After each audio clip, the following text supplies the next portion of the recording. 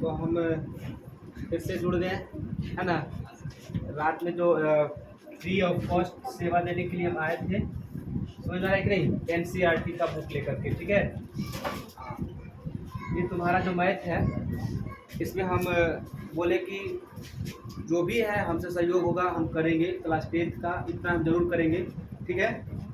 तो सबसे पहला जो चैप्टर है तुम्हारा वो है वास्तविक संख्या है। कौन सा है? वास्तविक संख्या, ठीक है। तो वास्तविक संख्या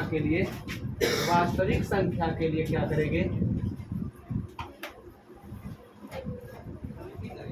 ये जो चैप्टर है तुम्हारा, इससे भी बहुत सारा प्रश्न पूछता है, ठीक है ना। तो इसका हम लोग क्या करेंगे, प्रिपरेशन करेंगे, एक एक प्रश्न का यहाँ सॉल्यूशन करेंगे, देखेंगे, है ना, कहाँ तक कैसे कैसे बनता है। और आज जो तुम्हारा ये तैयारी होने वाला है मैथ का, ये हम दोबारा फिर हम नहीं पढ़ाने वाले, ये लास्ट मौका है तुम लोग को 10th क्लास का एनसीईआरटी का सॉल्यूशन जो हम करवा रहे हैं, ये लास्ट मौका है वास्तविक संख्या पढ़ने का, ठीक है। और दोबारा चाहेगा कि हम फिर से रिवीजन करें तो ये नहीं होगा, है ना। तो सबसे पहले चलते हैं वास्तविक संख्या जो तुम्हारा पहला चैप्टर में है, ठीक है ना। इसमें कुछ पहले हम परिचय समझ लेते हैं, वास्तविक संख्या है क्या, है कि नहीं। वास्तविक संख्या का थोड़ा सा आइडेंटिफिकेशन चलते हैं, है ना। इसके बारे में पहले जानते हैं। सबसे पहले तुम लोग को जानना ये होगा कि संख्या क्या है ना, संख्या क्या होता है, ठीक है। हम बेसिक से चलते हैं, हर एक में कहाँ से चलते हैं, बेसिक से। सबसे पहले हम लोग को यही जानना होता है कि संख्या किसे कहते हैं, है ना। तो संख्या जो है, संख्या का परिभाषा कुछ हम लोग ऐसे लिखते हैं कि वे गणितीय वस्तु, है ना, वे गणितीय वस्तु जिसका उपयोग हम क्या क्या चीज करने में करते हैं, गणना करने में, है ना, मापने में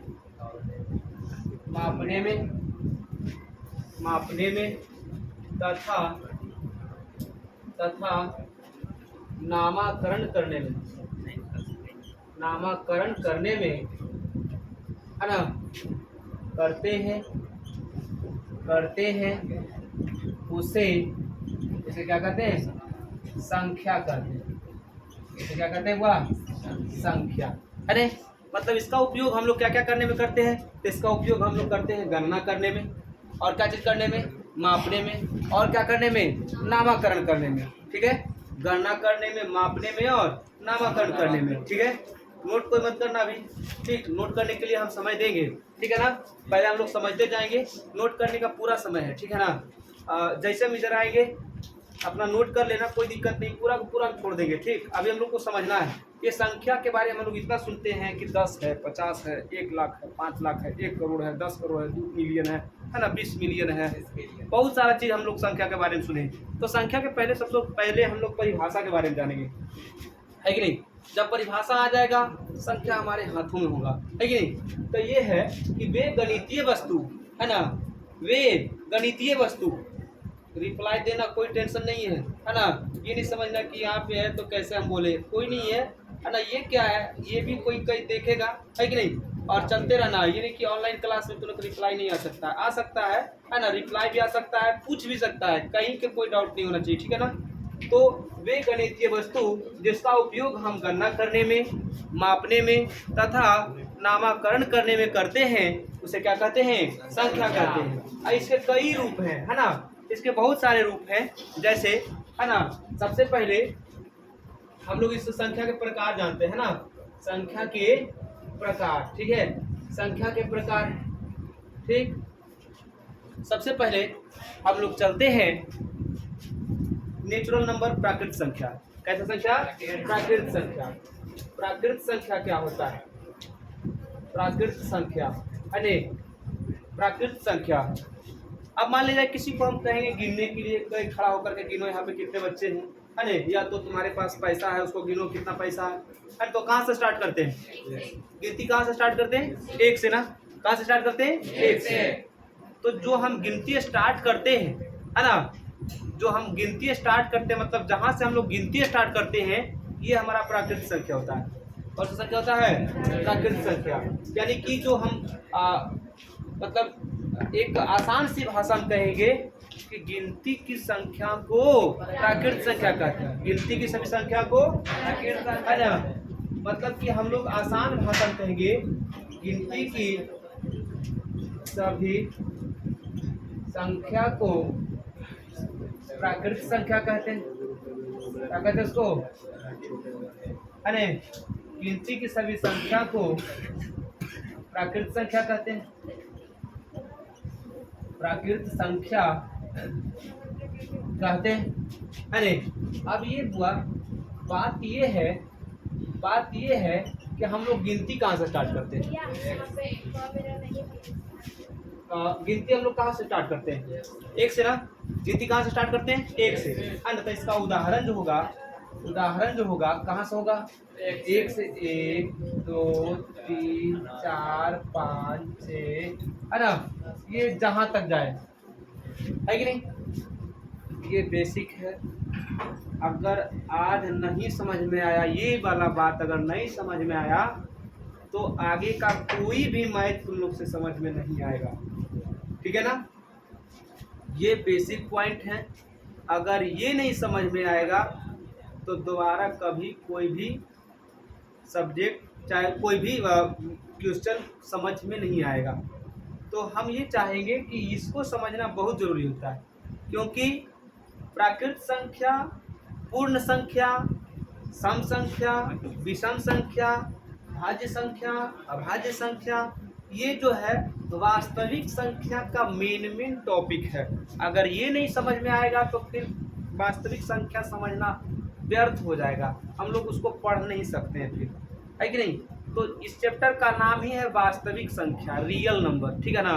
तो हम लोग रियल नंबर से पहले नंबर को तो समझ लें, है ना, उसके बाद फिर रियल नंबर आता रहेगा, जाता रहेगा, है कि नहीं? तो आगे चलते हैं। ये हो गया हमारा प्राकृत संख्या। ये क्या हो गया हमारा? प्राकृत संख्या। अब हम लोग पढ़ेंगे पूर्ण संख्या। कैसा संख्या? पूर्ण संख्या, है ना, पूर्ण संख्या, है ना। ये पूर्ण संख्या है क्या, है कि नहीं? जैसे माने कि एकदम आसान सी भाषा में समझेंगे। ठीक, खाना खाने के लिए जैसे न्योता होता आता है ना, भोज भंडार हम जाते हो, वहाँ पे चावल मिला, दाल मिला, सब्जी मिला, पापड़ मिला, जो भी मिला, और जब तक के एक चीज नहीं मिलता तब तक के कहते हैं अभी पूर्ण नहीं हुआ है। वह क्या? घी। क्या? और जैसे ही घी पड़ गया, अवंती में दही पड़ गया, तो कहते हैं अब भोजन पूर्ण हो गया। मतलब जो भी छोटा मोटा छूटा हुआ था वे पूरे हो गए। वे क्या हो गए? पूरे हो गए। अब हमारे इस संख्या में, प्राकृत संख्या में कुछ छूटा हुआ है? कुछ तो छूटा हुआ होगा। देखो इसमें शून्य नहीं हमको दिखा, शून्य अभी तक हमको नहीं दिखा।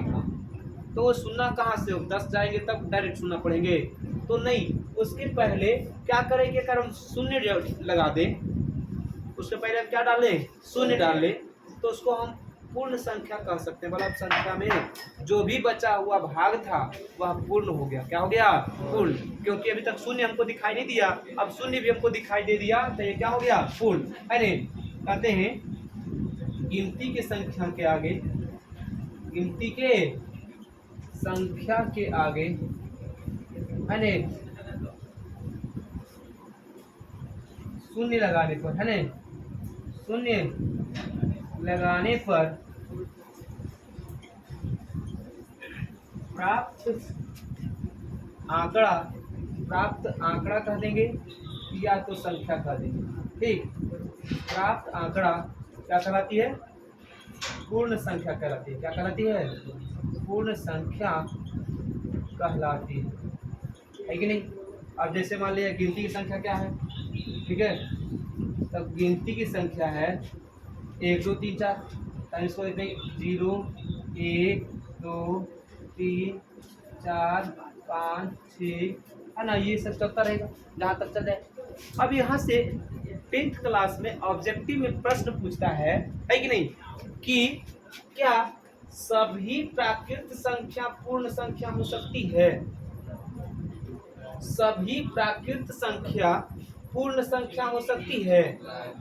हो सकती कि नहीं? सभी प्राकृत संख्या पूर्ण संख्या है कि नहीं? पूर्ण संख्या में शामिल है नहीं? सभी प्राकृत संख्या पूर्ण संख्या हो सकती है? हाँ, हो सकती है। ऑब्जेक्टिव में पूछेगा कि क्या सभी प्राकृत संख्या पूर्ण संख्या हो सकती है? यस ऑफ कोर्स हो सकती है। क्यों नहीं हो सकती? एक है तो है, दो है हाँ है, ये तीन है जरूर है कि नहीं, चार है हाँ महाराज है कि नहीं। लेकिन अगर पूछ दिया कि क्या सभी पूर्ण संख्या प्राकृत संख्या हो सकती है, तेरा ही रसगुल्ला है, तेरा ही है, अटक गया है कि नहीं। कहता ना महाराज हमारे पास है ही नहीं है। तो ये देखिए हमारे पास एक फॉल्ट आया। अब यहाँ से प्रश्न पूछता है कि सभी प्राकृत संख्या, एकदम दिमाग में सेट कर लेना कि सभी प्राकृत संख्या पूर्ण संख्या हो सकती है, लेकिन सभी पूर्ण संख्या प्राकृत संख्या नहीं हो सकती। हो सकती है ना? समझ में आ रहा है कि नहीं? ये ऑब्जेक्टिव में पूछता है कि नहीं? ध्यान दोगे कैसे नहीं हो सकता? सभी प्राकृत संख्या पूर्ण संख्या में शामिल है कि नहीं है ना? एक है हाँ है, दो है, तीन भी है, चार भी है, पांच भी है, कुछ भी लिखेंगे है, लेकिन सभी पूर्ण संख्या प्राकृत संख्या है। अगर ये कहेगा हम इसके साथ जोड़ती करेंगे, घोड़वा के साथ देंगे न ठुकाएगा, तो घोड़ा मेरा पास सब है, मेरा पास है जीरो नहीं है ना। इसीलिए सभी पूर्ण संख्या प्राकृत संख्या नहीं हो सकती है। सभी पूर्ण संख्या प्राकृत संख्या नहीं हो सकती है। ठीक है, समझ में आ रहा है ना? चलो ठीक, इसको अब नोट करो, ठीक है ना?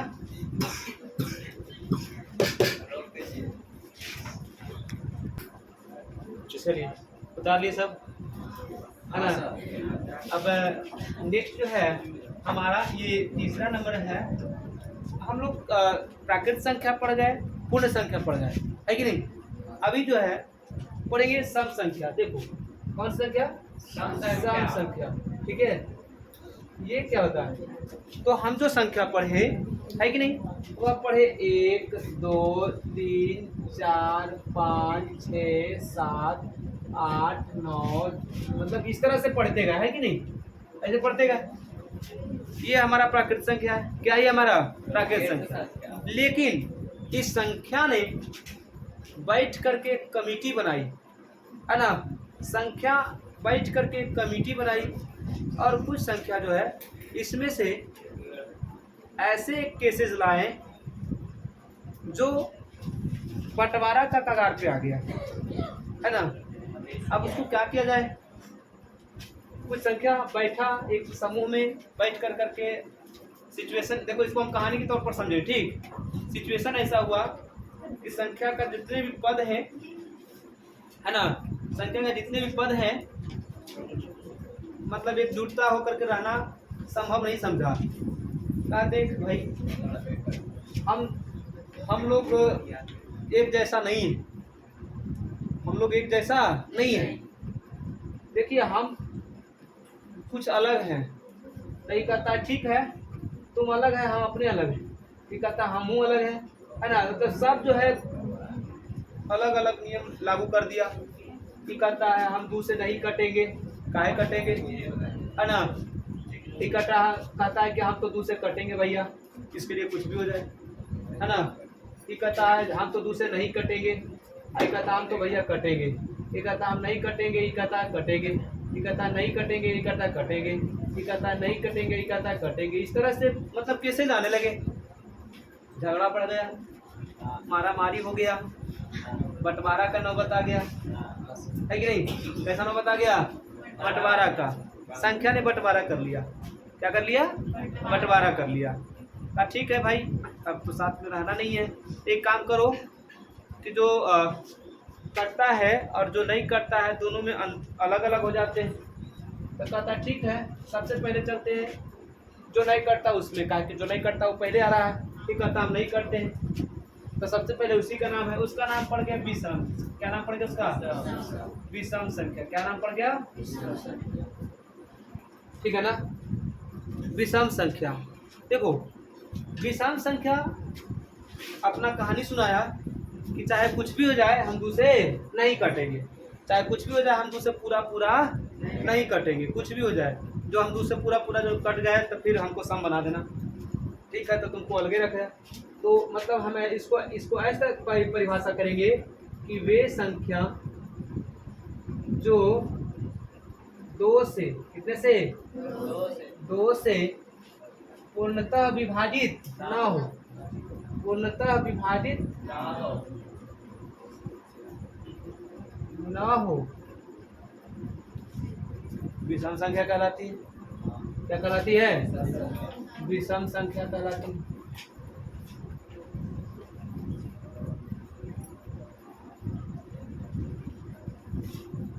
ठीक है ना? तक वे संख्या जो 2 से पूर्णतः विभाजित ना हो क्या कहलाती है?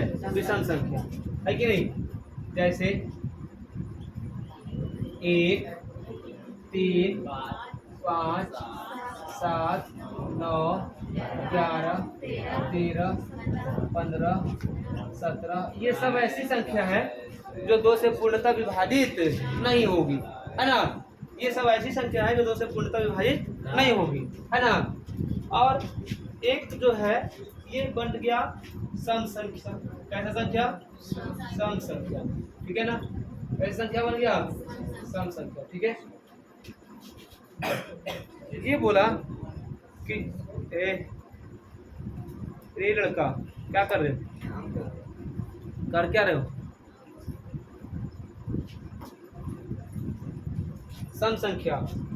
ये जो है कतान तो 2 से कटेंगे, है ना? तो वे संख्या जो 2 से पूर्णतः विभाजित हो, पूर्णतः विभाजित हो क्या कहलाते हैं? सम संख्या कहलाते हैं। क्या कहलाते हैं? जैसे एक तो यहाँ है, अब यहाँ क्या हो जाएगा? 3 तो यहाँ है, यहाँ क्या हो जाएगा?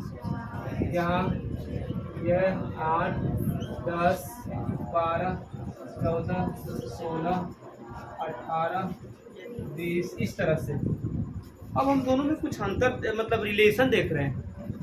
दोनों में रिलेशन क्या है? तो जिस तरह से एक आदमी के 2 पैर होते हैं, कितने पैर? 2 पैर। कितने पैर? 2 पैर। तो 2 पैर में अगर पहला कदम विषम है तो दूसरा कदम क्या होगा? तीसरा कदम, चौथा कदम, पांचवा कदम। यानी एक विषम है तो उसका जस्ट आगे क्या होता है? और एक सम है तो उसका जस्ट आगे। इस तरह से हम एक संबंध देखते हैं कि 2 विषम संख्या के बीच एक सम संख्या है। 2 विषम संख्या के बीच क्या है? एक सम संख्या ना। 2 विषम संख्या के बीच क्या है? एक, है ना? अब बताओ, और एक चीज और देखते हैं हम लोग एक चीज और क्या देखते हैं कि 2 लगातार सम संख्या के बीच का अंतर कितना होता है? 2 होता है। कितना होता है? 2। जैसे देखो, 2 लगातार सम संख्या हो या विषम संख्या, सम संख्या हो या विषम संख्या, और दोनों के बीच में जो अंतर होता है कितने का होता है? 2 का होता है। कितने का? 2 का। कहीं से भी उठा के देख लो, 8 में से 6 गया, कितना बचा? 12 में से 10 गया, कितना बचा? है ना? 18 में से 16 गया, कितना बचा? अच्छा, 15 में से 13 गया, कितना बचा? 2 बचा ना? तो मतलब हम लोग ये देखते हैं कि 2 विषम संख्याओं के बीच का अंतर कितना होता है। और ये जो लाइन हम बोले, ये कोई नॉर्मल लाइन नहीं है। तुम लोग को जो आगे चैप्टर जाओगे ना, किसमें, तो अगला जो चैप्टर है 2 चर रैखिक समीकरण है नहीं? समझ रहे कि नहीं? बहुपद चैप्टर में जब उसमें क्लास जब जाओगे तब ये सब प्रश्न पूछा जाएगा कि 2 लगातार विषम संख्याओं का योगफल इतना है। ठीक बात है कि नहीं? 2 लगातार विषम संख्याओं का योगफल इतना है, उसमें अरे उसमें एक संख्या इतना है, दूसरी संख्या कितना होगा, ऐसे प्रश्न पूछा जाएगा। तो 2 लगातार विषम संख्या कितना होता है ना? 2 लगातार विषम संख्या के बीच के अंतर कितना होता है? 2, है ना? ये लोग जो है ना गधा वाला काम तो भी छोड़वे नहीं करेगा। जब हम तुम लोग को बोले कि पूरा का पूरा केयर करना है यहाँ पर, तो तुम लोग को अभी तक समझ में नहीं आ रहा है ना? तुम लोग की लग रहा है कि मतलब लाइव क्लास चलाते थे, व्यवस्था नहीं रखते हैं। देखा ही बोला, दिख रहा है ना? इसका ही प्रयोग हम कर सकते हैं, ऐसा कोई बात नहीं है।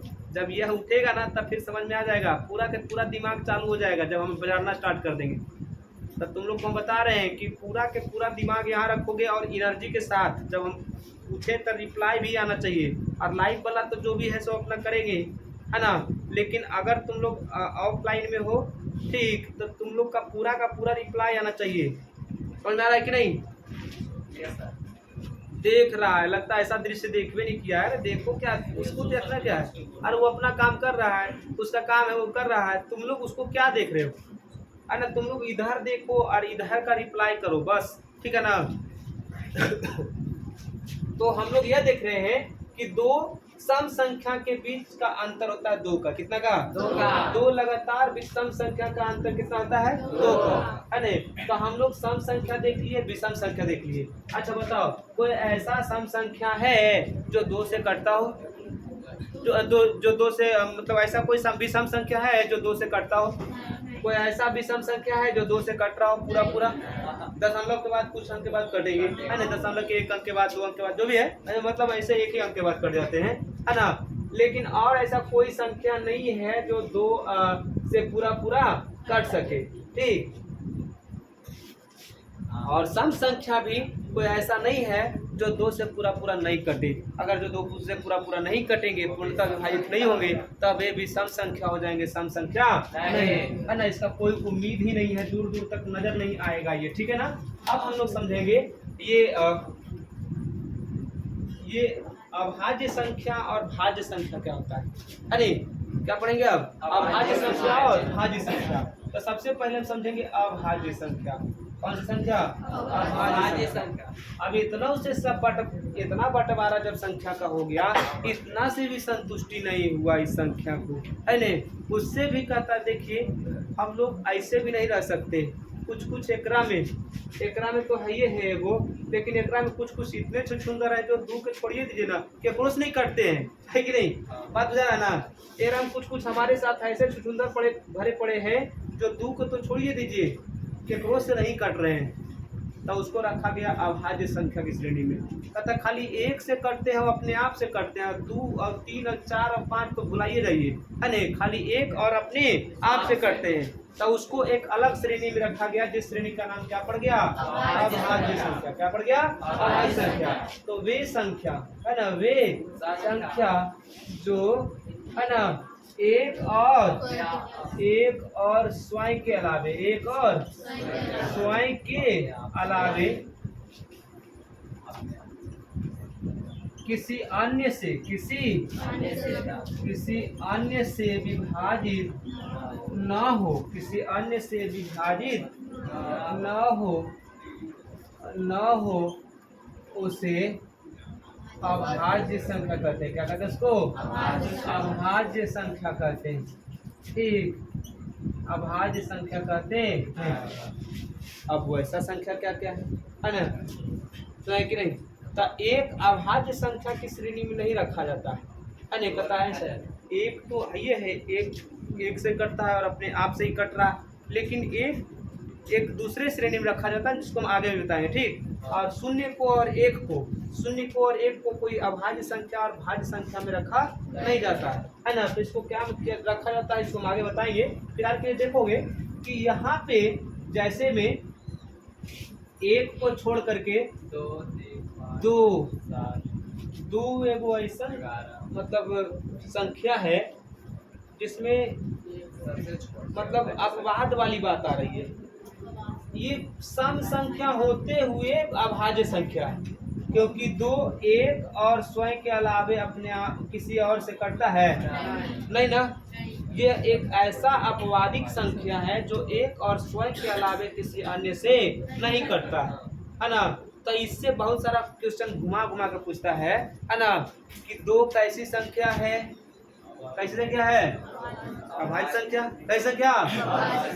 और देखो फिर पूछेगा कि वह कौन सी सम संख्या है जो अभाज्य संख्या है? 2। दूसरा प्रश्न पूछने का तरीका हुआ। तीसरा तरीका है ना, कि सम संख्या के श्रेणी में 2 कैसी संख्या है? अभाज्य संख्या। कैसी?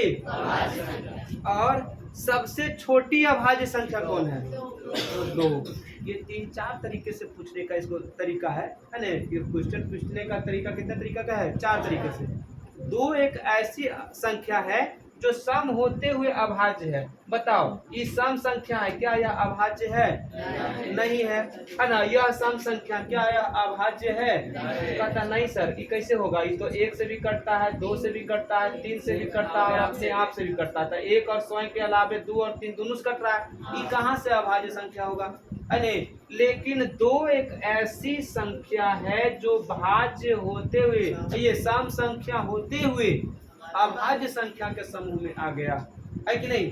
तो सबसे छोटी अभाज्य संख्या किसको माना गया? 2 को। उसके बाद कौन सा आ जाएगा?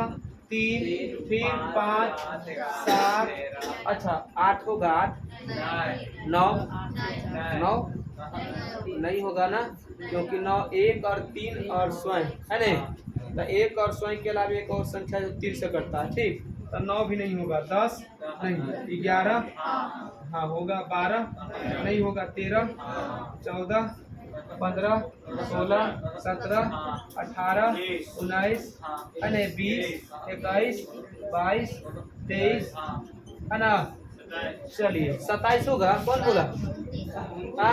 27 कैसे होगा रे बाबू? 27 कैसे होगा? ये तो 1 से कटता है, 3 से कटता है, 9 से कटता है, अपने आप से कटता है, कैसे मानेंगे? अरे अब मानते 29, किसको? 29, हाँ तो 29 होगा। 29 खाली अपने आप से कटता है और 1 से कटता है, अपने आप से कटता है, किससे कटता है?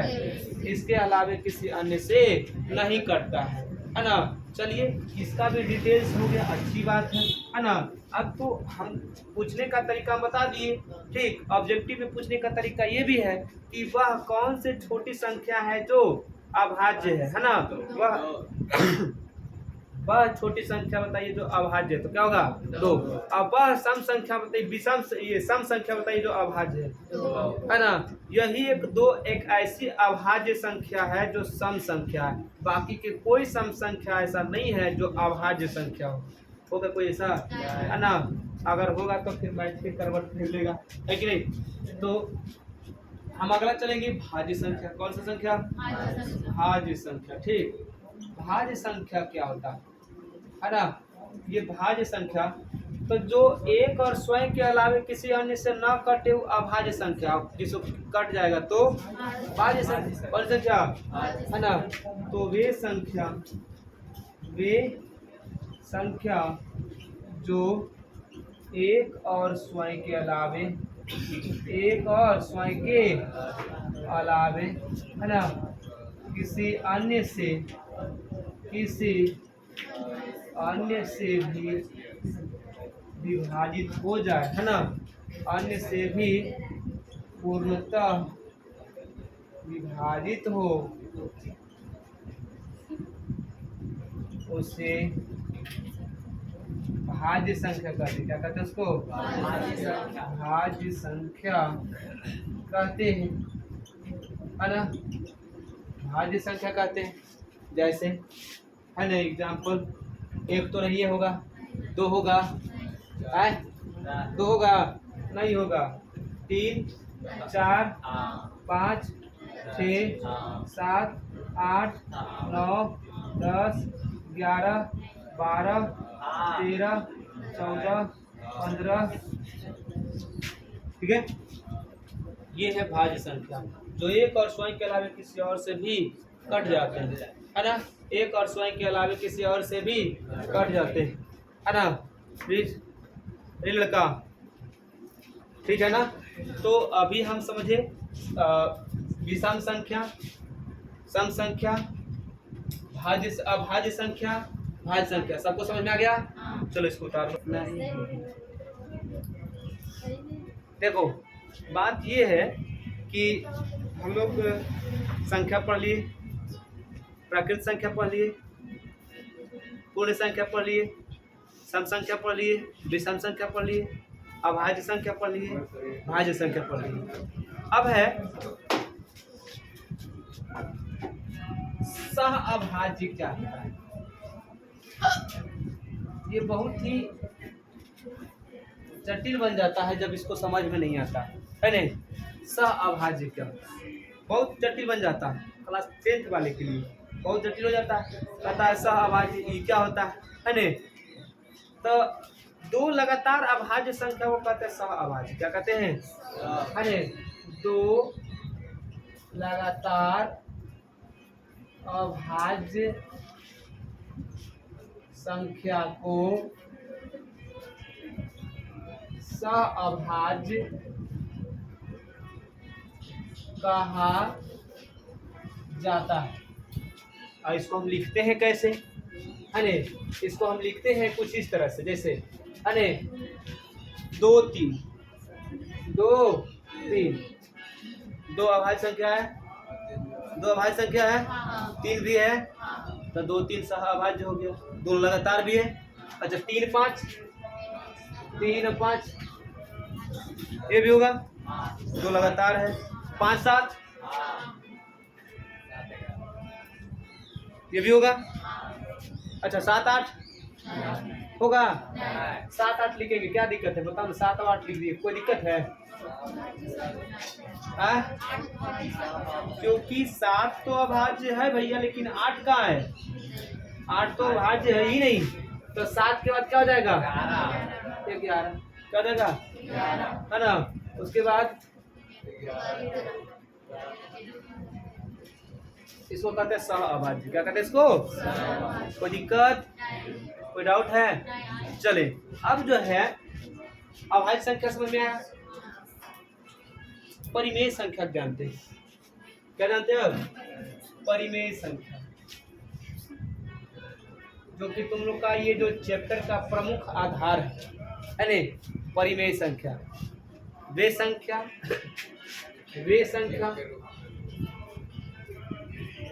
जो P बटा Q के रूप में व्यक्त किया जाता है, जहां Q बराबर नॉट जीरो, Q बराबर नॉट जीरो।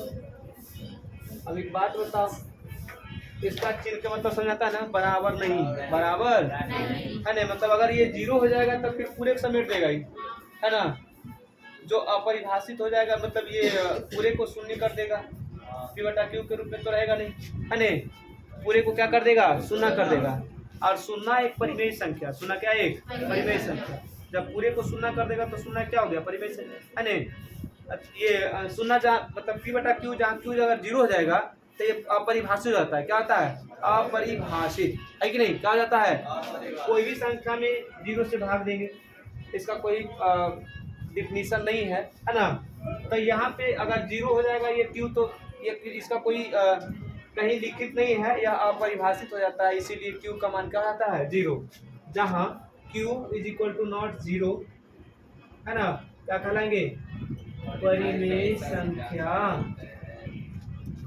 कहलाते हैं। ठीक, क्या कहलाते हैं? परिमेय संख्या कहलाते हैं।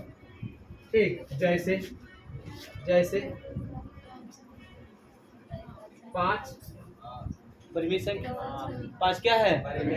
परिमेय संख्या। 2 बटा 3 परिमेय संख्या। 22 बटा 7 परिमेय संख्या। 22 बटा 7 क्या है?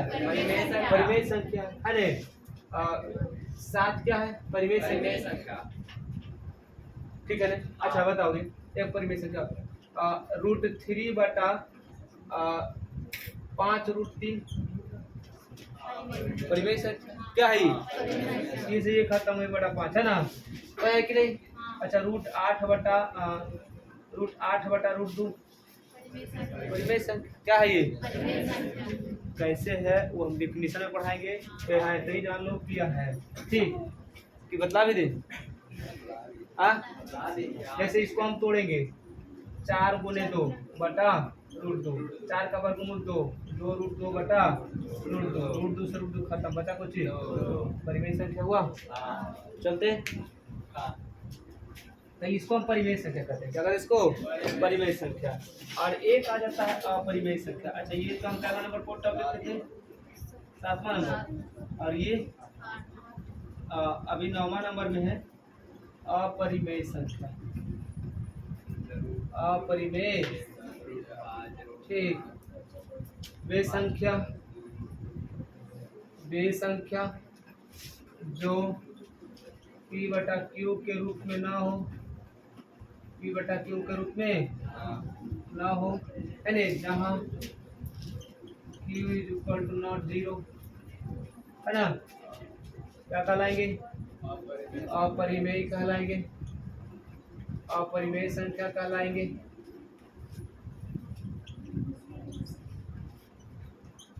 जैसे पाई, है ना, किसी वृत्त का परिधि और व्यास के अनुपातिक मान को क्या कहते हैं? पाई, है ना। जैसे वृत्त का परिधि क्या था? 2 पाई आर बटा 2r। अरे परिधि और व्यास के अनुपात को क्या कहते हैं? पाई कहते हैं। क्या कहते हैं इसको? जिसको सबसे पहले 16वीं सदी में विलियम बबेल ने इसको निष्कर्ष निकाला था। 2r से 2r खत्म, बचा कौची? पाई एक नियतांक है। क्या है? एक नियतांक, जो हर एक वृत्त के केसेस में ये आते हैं, बल्कि वृत्त की त्रिज्या कितना भी क्यों नहीं हो, है ना, जब ये परिधि और व्यास को जब हम भाग देते हैं तो उसका एक कांस्टेंट आता है जिसका नाम दिया था पाई। इसको वो माना था 22/7।